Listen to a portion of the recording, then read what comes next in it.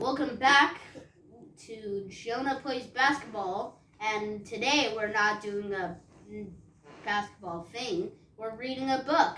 It's called The Wild Robot by Peter Brown. Let's start. The Wild Robot. Chapter 1. The Ocean. Our story begins on the ocean with wind and rain and thunder and lightning and waves.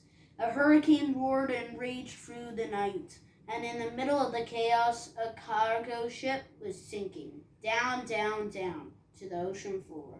The ship left hundreds of crates floating on the surface, but as the hurricane thrashed and swirled and knocked them around, the crates also began sinking into the depths. One after another, they were swallowed up by the waves until only 5 crates remained.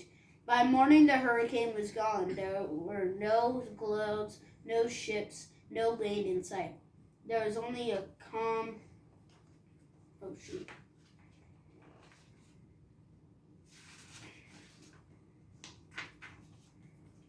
Water and clear skies, and those 5 crates lazily bobbing along an ocean current. Days passed, and then a smudge of green appeared on the horizon. As the crates drifted closer, the soft green shape slowly sharpened into the hard edges of a wild, rocky island. The first crate rode to shore on a tumbling, rumbling wave, and then crashed against the rocks with such force that the whole thing burst apart. Now, reader, what I haven't mentioned is that tightly packed inside each crate was a brand new robot. The cargo ship had been transporting hundreds of them before it was swept up in the storm. Now only 5 robots were left. Actually, only 4 were left, because when that first crate crashed against the rocks, the robot inside shattered to pieces. The same thing happened to the next crate. It crashed against the rocks and robot parts flew everywhere. Then it happened to the next crate and the next. Robot limbs and torsos were flung onto ledges. A robot head splashed into a tide pool. A robot foot skittered into the waves.